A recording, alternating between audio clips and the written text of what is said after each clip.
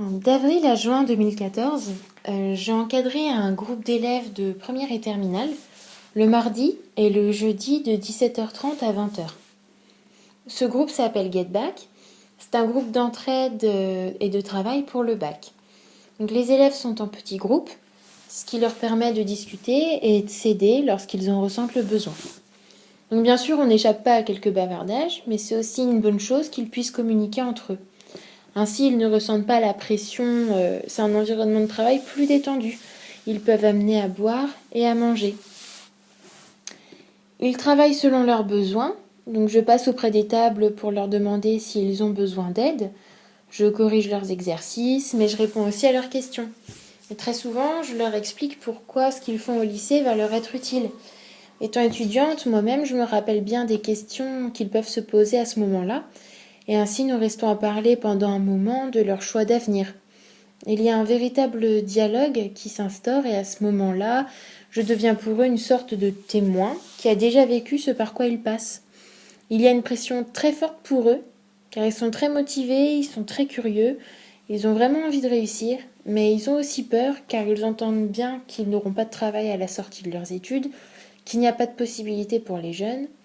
Donc il faut les rassurer à propos de tout ça, leur donner des exemples concrets de réussite et leur donner l'envie de travailler, non pas parce qu'ils sont soumis à une pression, mais parce que ça leur promettra un bel avenir. Je pense qu'il faut vraiment rester positif à ce niveau-là. Donc parfois, ils manquent de confiance en eux, et ce manque de confiance se fait ressentir majoritairement lors des oraux. C'est pourquoi nous avons mis en place des discussions individuelles. Donc nous parlons en anglais, en français ou en espagnol, d'un sujet tout à fait classique, de leur quotidien ou de l'actualité, mais un sujet qu'ils n'ont pas préparé. Et on discute. Cet exercice leur fait comprendre qu'ils peuvent parler dans une langue étrangère sans pour autant être tétanisés par le stress. Donc, pour travailler les oraux, je leur ai également envoyé un cours de communication que j'ai adapté à leurs besoins. Ce cours est issu du master responsable du développement à l'international et ces conseils et ces techniques les aideront à améliorer la qualité de leur oral et de mieux maîtriser leur stress. Nous exercerons encore car la maîtrise d'une bonne communication est essentielle pour des futurs entretiens, quels qu'ils soient. Je travaille également beaucoup par mail. Je suis sûre qu'ils maîtrisent ces outils, qu'ils les consultent souvent.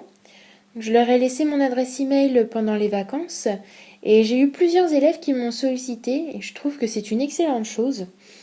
Si besoin, je leur envoie des documents par courriel, au même titre que je leur laisse utiliser leur téléphone portable. Donc, bien sûr, je surveille de temps en temps. Alors, j'estime qu'il faut leur faire confiance, mais qu'il ne faut pas être naïf, car ils utiliseront leur smartphone de toute façon. Et ce n'est pas un mal selon moi. Le tout est de leur apprendre comment les utiliser. Donc, en ce qui concerne l'anglais, par exemple, je sais qu'ils vont voir des traductions sur Internet, donc à moi de leur expliquer pourquoi ce site est meilleur qu'un autre, sur quels critères, comment chercher. Donc l'ambiance de travail est quand même très chaleureuse.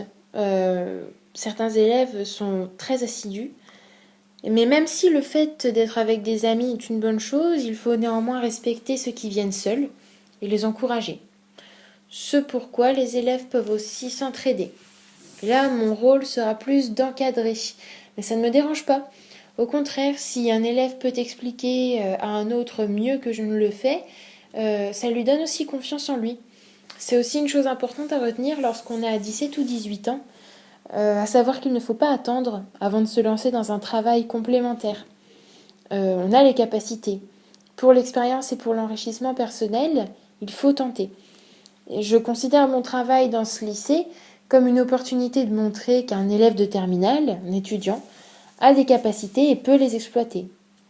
Get Back, donc, n'est pas seulement une séance d'études pour travailler, mais aussi, si besoin, pour faire part de ses interrogations concernant l'après-bac.